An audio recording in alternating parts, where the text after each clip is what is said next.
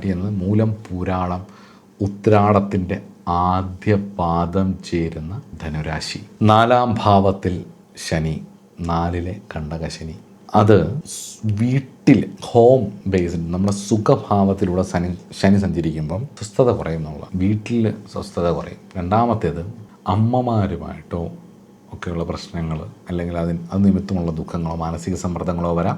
പിന്നെ ഉള്ളത് എന്ന് പറയുന്നത് വണ്ടി, വാഹനം ഇത്യാദി കാര്യങ്ങൾ വീടുമായിട്ട് ബന്ധപ്പെട്ടിട്ടൊക്കെ, വീടിനൊക്കെ പണിയാനൊക്കെ ഇറങ്ങി പുറപ്പെട്ടിട്ടുണ്ടെങ്കിലൊക്കെ ഒരുപാട് തടസ്സങ്ങളൊക്കെ വരാനുള്ള സാധ്യതകളുണ്ട്. അതുപോലെ തന്നെ വ്യാഴം അത്ര നന്നായിട്ടല്ല വരുന്നത് എന്നുള്ളതാണ്. മിഥുനത്തിൽ നിന്നും അഷ്ടമത്തിലേക്ക്. ചില ഗ്രന്ഥങ്ങൾ പറയുന്നത് അഷ്ടമത്തിലെ വ്യാഴം കുറച്ച് ആശ്വാസങ്ങൾ കൊടുക്കും എന്നുള്ളതൊക്കെയാണ്. എന്തായാലും ഹെൽത്ത് നന്നായിട്ട് ശ്രദ്ധിക്കുക.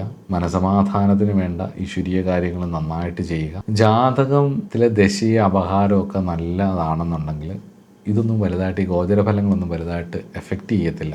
അതുകൊണ്ട് നിങ്ങൾ കൂടുതലായിട്ട് ഡെയിലി ലൈഫിൽ കുറച്ച് കൂടുതൽ ശ്രദ്ധിക്കുക. പ്രത്യേകിച്ച് നെഞ്ചിരിച്ചിൽ, ഹൃദയം, ശ്വാസകോശ സംബന്ധമായിട്ടുള്ള ബുദ്ധിമുട്ടുകൾ വന്നാൽ കൃത്യമായിട്ടുള്ള ചികിത്സ നേടുക എന്നുള്ളതാണ്. അതുപോലെ തന്നെ അമ്മയുടെ ആരോഗ്യം, അതിൻ്റെ പരിശോധനകളൊക്കെ നോക്കുക. അമ്മയുമായിട്ടുള്ള ബന്ധം നന്നാക്കാൻ നോക്കുക.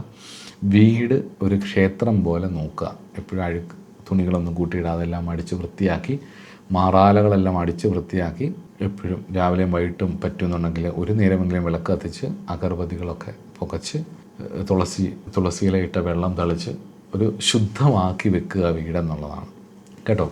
പൂജയൊക്കെ പഠിച്ചവരാണെങ്കിൽ, അല്ലെങ്കിൽ തന്ത്രശാസ്ത്രത്തെക്കുറിച്ച് നോളജ് ഉള്ളവരാണെങ്കിൽ പറ്റുന്നുണ്ടെങ്കിൽ ഈ കാലയളവിൽ മാസത്തിലൊരിക്കലെങ്കിലും ഒരു ഗണപതി ഹോമം, ഭഗവതി സേവയും വീട്ടിൽ കഴിക്കുക, മുന്നോട്ട് കൊണ്ടുപോവുക. അതോടൊപ്പം തന്നെ ഗണപതി ഭഗവാന് കറുകമാലയും ഭദ്രകാളിക്ക് കടുംബായുസവും സമർപ്പിക്കുക.